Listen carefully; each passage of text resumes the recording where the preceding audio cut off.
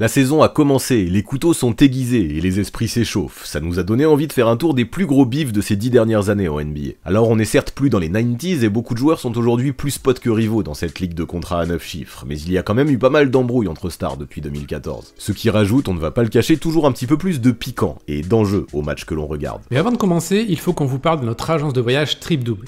Tous nos voyages sont enfin en ligne et cette année, c'est vraiment du lourd, du très lourd même. Vous avez le choix entre pas moins de 17 voyages dans une dizaine de villes. On a par exemple 8 voyages à New York, dont un dès les vacances de Noël pour aller voir Wemby. On a un voyage XXL en janvier où vous pourrez voir, écoutez bien, les Celtics, les Lakers, les Nuggets, les Sixers à Philadelphie et bien sûr les Knicks et les Nets. Pas moins de 5 affiches, du très lourd. Et si vous préférez Los Angeles, on a 3 voyages, dont un pour vivre le réveillon. Ça s'annonce assez fou, surtout que vous pourrez découvrir la dinguerie des Clippers, l'Intuit Dome, la nouvelle salle de la franchise. Puis bien sûr, LeBron James et les Lakers, mais aussi Steph Curry et les Warriors. En parlant de Steph Curry, si vous êtes plutôt fan du chef, on a 2 voyages à San Francisco, dont un à Noël, avec encore de grosses affiches. On a même fait un voyage spécial Warriors à New York, où vous pourrez enchaîner 3 matchs de Steph face aux Knicks, Nets et Sixers. Puis cette année, on revient à Boston, où on était déjà allé en 2019, pour voir les champions NBA. 3 matchs, dont le classique face aux Lakers, mais aussi face aux Sixers et aux Blazers. Encore une fois, on ira à Miami, mais aussi à Chicago,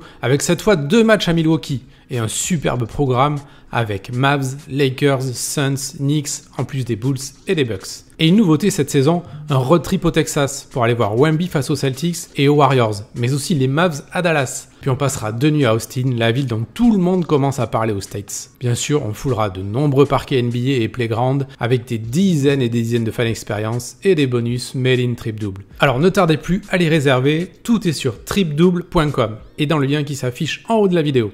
Moi, je vous donne rendez-vous sur un des voyages et je laisse la main à Guillaume. On démarre avec un exemple concret. On est le 20 octobre 2018. Les Lakers reçoivent Houston. On vient d'entrer dans le Money Time. Le match est serré. Et d'un coup, alors qu'une première embrouille entre Brandon Ingram et James Harden était tranquillement en train de se dissiper, Rajon Rondo et Chris Paul commencent à se bastonner. Paul pose son doigt sur le visage de Rondo en guise de mise en garde. Et Rondo lui répond par une droite qui arrive à destination. Sur le ralenti, on constatera un discret petit crachat envoyé par Rondo juste avant que ça dégénère. Résultat, 2 matchs de suspension pour Paul, 3 pour Rondo. Le truc, c'est qu'il y avait en fait de l'eau dans le gaz depuis des années entre les deux meneurs. Rondo n'a pas été pris pour les Jeux de 2008 avec Team USA. CP3, si. L'année suivante, les deux ont dû être séparés à la fin d'un match car ils allaient potentiellement aussi en venir aux mains. La raison, Rondo avait balancé à Paul, moi j'ai une bague, toi tu n'en gagneras jamais. Toujours pas sélectionné par Team USA en 2010 et toujours considéré comme moins bon que son homologue, Rondo a aussi mal pris le fait que Danny Ainge ait voulu le transférer contre Chris Paul car ça ne collait plus ni entre lui et Ray Allen, ni entre lui et son coach Doc Rivers. Les choses se sont tassées pendant quelques années derrière, jusqu'à l'arrivée de Rondo dans l'ancienne équipe de Paul, New Orleans, pour la saison 2017-2018. Rien que quelques mois avant leur baston à LA, Rondo, en tenue de ville car au repos, et donc sur le banc des Pels, avait trouvé le moyen de prendre une technique pour s'être embrouillé avec CP3. Voilà pourquoi ni Paul Pierce ni Jeff Green, 2 joueurs qui ont joué avec les 2 meneurs à Boston puis aux Clippers, n'ont été surpris quand une baston a éclaté entre les deux à Los Angeles en octobre 2018. Ce n'était qu'une question de temps, avait déclaré Green, tandis que Pierce s'étonnait lui plutôt du fait que ça ne soit jamais arrivé plus tôt que ça. Et même 9 ans après leur premier accrochage sur le terrain, Rondo en avait encore gros sur la patate, en déclarant après la baston « Tout le monde veut croire que Chris Paul est un bon gars ». Il ajoutait que les gens ne savaient pas que Chris Paul était un horrible coéquipier et qu'il ne savait pas comment il traitait les gens en off. L'embrouille entre Kevin Durant et Russell Westbrook suite au départ de Durant à Golden State en 2016 est l'une des plus marquantes, si ce n'est la plus marquante de la décennie. KD a fait une annonce en grande pompe sur le site de Players Tribune, mais n'a même pas daigné prévenir celui qui a été son coéquipier pendant 8 ans avant que la décision ne soit rendue publique. Forcément, Westbrook l'avait un peu mauvaise, surtout que Durant partait pour l'équipe qui venait de leur remonter un 3-1 en finale de conférence, Golden State. 3 jours après l'annonce, Westbrook postait une photo qui voulait tout dire sur son Instagram à l'occasion de la fête nationale le 4 juillet. Une pièce montée de cupcake. Cupcake, c'est le surnom que Kendrick Perkins donnait à ses coéquipiers quand il les trouvait trop soft. Le même été, Westbrook est aussi apparu dans une pub Jordan Brands qui avait pour slogan Some run, some make runways, comprenait certains fuient, d'autres s'envolent. La guerre était officiellement déclarée. Les premières retrouvailles, enfin si on peut appeler ça comme ça, ont eu lieu dès le 3 novembre 2016. Westbrook est arrivé avec un chasuble photographe professionnel sur les épaules. Là encore, un clin d'œil au fait que KD, accrédité en tant que photographe pour le Super Bowl 2016, avait une passion pour la photographie. Mais ça s'est mal passé pour Rust au final, avec un plus 26 pour les Warriors, porté par un Durant à 39 points. Entre les deux, que ce soit avant ou après le match, l'ambiance était glaciale. Pas un regard, pas un check, rien. En février 2017, pour le grand retour de KD à OKC, en revanche, ça a pété une première fois. À la fin du 3e quart d'un match une nouvelle fois à sens unique en faveur des Warriors, Westbrook a initié de loin une petite séance de trash talk avec son ex-coéquipier, alors que les deux rejoignaient leur banc pour un temps mort. Un petit espoir de réconciliation naît au All-Star Game quelques jours plus tard, quand les deux connectent sur un alley-oop alley-oop sous les applaudissements de leurs coéquipiers, mais il sera de courte durée. Le revenge tour de Westbrook se conclut lui sur un titre de MVP, et au début de la saison suivante, alors que KD se joue de son nouveau surnom, en portant des vêtements sur le thème des cupcakes, l'animosité se confirme. Ainsi, fin novembre 2017, les deux se retrouvent cette fois front contre front, sous le panier, et prennent une technique chacun, dans un match dominé par le Thunder. Après le match, Westbrook déclare que sur le terrain, il n'a pas d'amis hormis le ballon. Il quitte le Thunder à l'issue de la saison suivante, et KD fait de même en quittant les Warriors pour les Brooklyn Nets. Puis en 2020, il fait une déclat qui ne passe pas inaperçue dans le podcast All the Smoke. À OKC, j'ai joué avec beaucoup d'athlètes, je n'ai pas joué avec beaucoup de gars skillés, des shooters, des gars à l'aise avec le ballon. Je me suis dit que j'avais besoin de changement avant même le début de la saison. J'en avais marre d'être le seul gars qui pouvait mettre des 3 points et des jump shoots de façon régulière. Super sympa pour Westbrook, mais depuis, de l'eau a visiblement coulé sous les ponts. En 2023, avant un affrontement à distance via la série Clippers-Suns en playoff, Westbrook a déclaré qu'il n'y avait aucun bif de quelque sorte, que ce soit entre les deux, contrairement à ce que les gens pouvaient penser. Il a même ajouté qu'il n'avait que du respect pour Durant, ses accomplissements et son retour de blessure. Un peu plus récemment, on a assisté à la naissance d'une nouvelle rivalité entre deux autres stars, Devin Booker et Luka Doncic. On est en plein playoff 2022, demi-finale de conférence ouest entre Phoenix, premier de la conférence, et Dallas, quatrième. Les Suns prennent l'avantage 2-0, et quand Booker et Chris Paul sont interrogés sur la défense de Luka, les deux s'échangent un regard et un sourire qui en disent long. Dallas remporte les deux matchs suivants, puis dans le Game 5, Booker sort son fameux « c'est la spéciale Luka » en regardant la caméra avant de se relever après une chute. Phoenix prend l'avantage 3-2, et pendant qu'il est filmé en train de rejoindre le vestiaire, Luka envoie un message. Ça joue au dur quand ça mène. Le Game 6, joué à Dallas, est un massacre, plus 27, et le Game 7 tourne aussi au cauchemar pour les Suns. 30 points d'écart à la mi-temps, moins 46 avant la fin du troisième, et une défaite 123-90. Le smile de Luka à Booker pendant le blowout du Game 7 est devenu un mème bien connu. Bon, ils se sont quand même gentiment checkés à la fin de la série, mais ça a rechauffé entre les deux en mars 2023. Luka a manqué un potentiel lay-up pour égaliser en fin de match. Booker a commencé à lui parler, ce qui a amené à un front contre front avant qu'ils ne soient séparés. En interview, Doncic a minimisé l'incident tout en glissant à Booker de ne pas attendre qu'il ne reste que 3 secondes à jouer avant de parler la prochaine fois. Mais preuve en est qu'il s'agit surtout d'un bif sur le terrain et pas en dehors entre les deux. Les images de Booker qui félicite Luka pour la naissance de sa fille en décembre 2023 sont là pour le prouver. It's all good donc. Enfin, jusqu'à une prochaine confrontation tendue. Peut-être lors des playoffs 2025, qui sait. Et le bif par médias interposés entre James Harden et Giannis Antetokounmpo, est-ce que ça vous parle? Tout a commencé lors des sélections télévisées des capitaines pour le All-Star Game 2018. Giannis explique qu'il hésite entre Kemba Walker et Trae Young à la main. Charles Barkley le coupe et lui dit « Ah, tu ne veux pas du dribbleur ?» en référence à Harden. Giannis répond « Je veux quelqu'un qui passe le ballon ». Interrogé sur la séquence en interview, Harden rétorque qu'il ne comprend pas la blague, car sa moyenne de passe est plus élevée et qu'il sait pertinemment qu'il vaut mieux que les joueurs pris avant lui. 2 ans plus tard, et encore à l'occasion du All-Star Game, Giannis en rajoute une couche. Offensivement, on essayait juste de trouver le joueur sur lequel James Harden défendait. Hop, encore une petite pique pour la route. Harden n'a pas manqué de lui répondre, là encore en interview. J'aimerais bien faire 2m13 et juste courir et dunker. Ça ne demande aucun skill. Moi j'ai dû apprendre à jouer au basket. Ouch. Allez hop, un partout balle au centre. Bien sûr, il y a aussi Draymond Green et Pat Beverley, passés maîtres dans l'art du bif. Mais le problème avec eux, c'est qu'ils ont un bif avec la moitié de la ligue, donc on y passerait la journée. Concernant Green, sa grande passion ces derniers temps est clairement de haïr Rudy Gobert, quand il ne s'en prend pas directement à lui sur le terrain, et il est loin d'être le seul. N'est-ce pas, Shaq? Quant à Beverley, son bif le plus connu était avec Russell Westbrook, mais il y a aussi eu Chris Paul ou Damian Lillard. Le meneur des Bucks l'avait d'ailleurs traité d'escroc en le comparant au passage au personnage de Flip dans le film Above the Rim. Formule reprise mot pour mot par Tyrese Haliburton sur X quand Beverley l'a trash-talké en interview d'après-match pendant la série Bucks Pacers de cette année. Joel Embiid aussi adore énerver tout le monde. L'un de ses bifs les plus connus remonte à Halloween 2019 avec Karl Anthony Towns. Le match est largement dominé par les Sixers. Sur la séquence défensive qui fait suite à un panier qu'il vient de marquer sur Towns mi-distance, Embiid vient en aide sur 4, qui perd le ballon. Lui et Embiid s'accrochent, aucun des deux ne veut lâcher le bras de l'autre et ça part en combat de lutte avec les deux joueurs qui finissent par s'écrouler par terre. Ils sont éjectés dans la foulée mais vont poursuivre leur altercation sur Instagram plus tard dans la soirée. Embiid poste une photo de lui triomphant avec la légende suivante: super victoire, j'ai été élevé au milieu des lions et un chat s'en est pris à moi ce soir. Sa mère m'a fait des doigts d'honneur, je suis vraiment dans sa tête. Towns s'en était amusé en le traitant de clown et de joueur soft qui ne fait qu'aboyer. En avril 2021, les deux ont remis ça après une grosse faute d'Embiid sur un drive de Towns qui lui a collé un gros poster sur la tronche un peu plus tard dans la rencontre. Depuis fin 2021 et après un Covid difficile pour Towns, ils se sont réconciliés. Embiid, le troll assumé, s'est aussi embrouillé avec entre autres Montrezl Harrell, qui a d'ailleurs quelques autres bifs à son actif, notamment avec Giannis et Luka Doncic, André Drummond, Russell Westbrook et bien sûr Ben Simmons, avec qui il n'a plus de contact depuis son départ de Philadelphie. Et puis il y a pile 10 ans de ça, c'était le fameux soft de Kobe Bryant envoyé à son ex-coéquipier Dwight Howard lors d'un match Lakers-Rockets pour leur retrouvaille. Le pivot avait sorti les coudes et heurté Kobe au passage, après un rebond défensif. Kobe n'a pas bronché, mais l'arbitre a stoppé le jeu en sifflant une faute offensive. Un petit trash talk s'en est suivi, puis Kobe a mis le pivot au défi, en lui lançant « Vas-y, viens !» avant de le fixer de loin en hochant la tête, puis de crier « soft » dans sa direction pendant le temps mort. Un classique. Restons aux Lakers pour évoquer le récent bif entre LeBron James et Dillon Brooks, qui a fait du rôle du vilain sa marque de fabrique. Le Canadien, qui avait peut-être encore en tête le tous Small que LeBron lui avait adressé durant un match où il s'était montré clutch en 2021 a tout fait pour énerver le King l'année dernière en playoff, et il en a bien pris pour son grade. Il faut dire que les Grizzlies eux-mêmes, Ja Morant en tête, s'étaient fait une spécialité de provoquer leurs adversaires ces dernières années, avant que leurs stars n'enchaînent les blessures et les bêtises extrasportives. En janvier 2023, soit quelques mois avant les fameux playoffs, on avait assisté à une drôle d'altercation entre les Grizzlies et Shannon Sharpe, proche de LeBron, lors d'un Lakers Grizzlies à la Crypto.com Arena. Après ce match remporté d'1 point par Los Angeles grâce à Dennis Schroeder, Brooks s'était vanté de sa défense sur LeBron, qui avait terminé à 23 points à 8 sur 21. Il ne veut pas aller à gauche, je l'ai forcé à aller à gauche tout le match. Les deux équipes se sont ensuite retrouvées en playoff, avec des Lakers qualifiés via le play-in contre une équipe de Memphis 2e à l'ouest. Avant la série, Brooks met encore de l'huile sur le feu, en déclarant que ça ne lui déplairait pas de jouer LeBron sur une série de 7 matchs et de le sortir directement. Après avoir gagné le premier match, Los Angeles tombe à Memphis au Game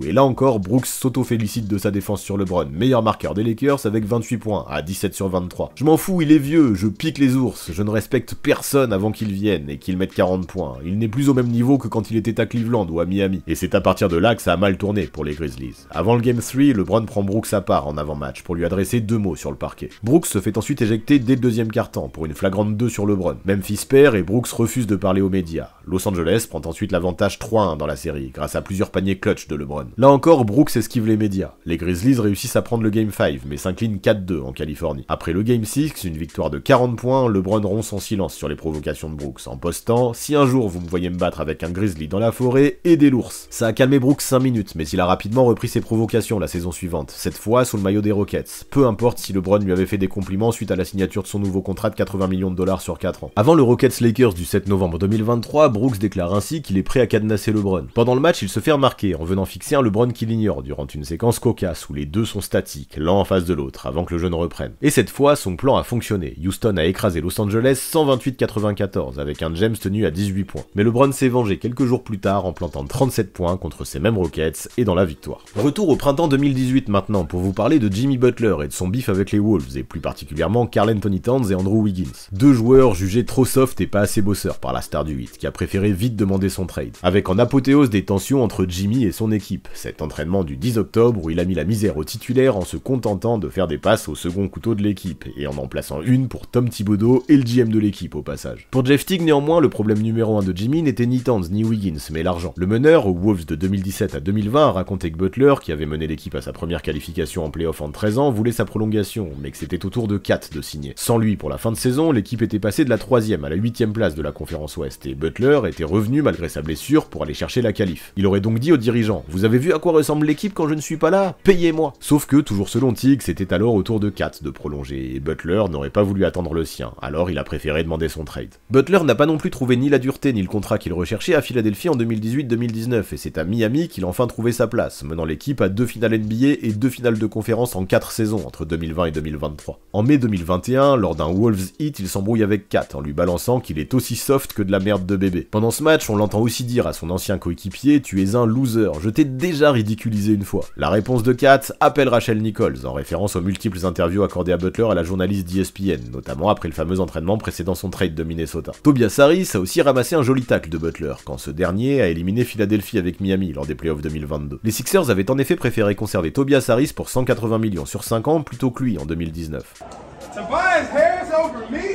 En tout cas, ça a l'air d'aller mieux entre Kat et Butler, qui se reparlent quand ils se voient. Pas sûr en revanche que ce soit le cas entre Butler et TJ Warren, dont le bif avait égayé le mois de janvier 2020. Warren s'était fait éjecter, Butler lui avait envoyé un baiser, et Warren lui avait répondu par un doigt d'honneur. En interview, Butler s'était lâché. Il est soft, il n'est même pas dans ma ligue, il est très très loin de moi. Si j'étais leur coach, je ne le remettrais plus jamais sur moi, parce que je vais le déchirer à chaque fois. Il est nul à chier. Kyle Kuzma et Spencer Dinwiddie n'ont été coéquipiers que 4 mois durant la saison 2021-2022, mais ça leur a visiblement suffi pour se détester. C'est Dinwiddie, envoyé à Dallas au mois de février, qui a lancé les hostilités. Après une victoire des Mavs à Washington malgré 30 points de Kuzma, il discrédite la performance de ce dernier en déclarant ceci. Ils ne jouent pour rien en vrai. Au bout du compte, c'est un showcase pour eux. Ils essaient d'être payés, ils n'essaient pas de jouer un basket qui gagne. Kuzma a bien évidemment fortement apprécié la sortie de son ex-coéquipier, et s'est amusé du fait que Dallas, également en dehors de la course au playoff à ce moment-là, ne jouait pas non plus un basket qui gagne. Dans un podcast, Dinwiddie a ensuite pointé du doigt le manque d'éthique de travail et de professionnalisme de Kuzma, dont les priorités étaient ailleurs selon lui. À DC, tu as 3 gars en contrat max, Max, Porzingis, Bill et Kuz, mais comment tu rates les playoffs sans que ça vienne d'un problème de priorité? Kuzma lui a répondu dans une série de tweets en avril 2023. L'insécurité parle fort, on a vraiment beaucoup d'immobilier sur Dean Shitty Island, les Wizards et moi. Le gars est signé pour 60 millions et s'est fait trader avant même la fin de la saison suivante. Tu as gagné quoi au juste dans cette ligue? Tu rebondis d'une équipe à l'autre comme un ballon de basket, mon gars. Tu peux remercier KD et Kyrie pour les victoires à Brooklyn. La seule façon pour toi d'être à la hauteur de ton contrat serait que la NBA t'accorde finalement ton souhait d'être payé en crypto-monnaie. À l'été 2022, des jeunes Murray, franchement transférés Hawks et Paolo Banchero,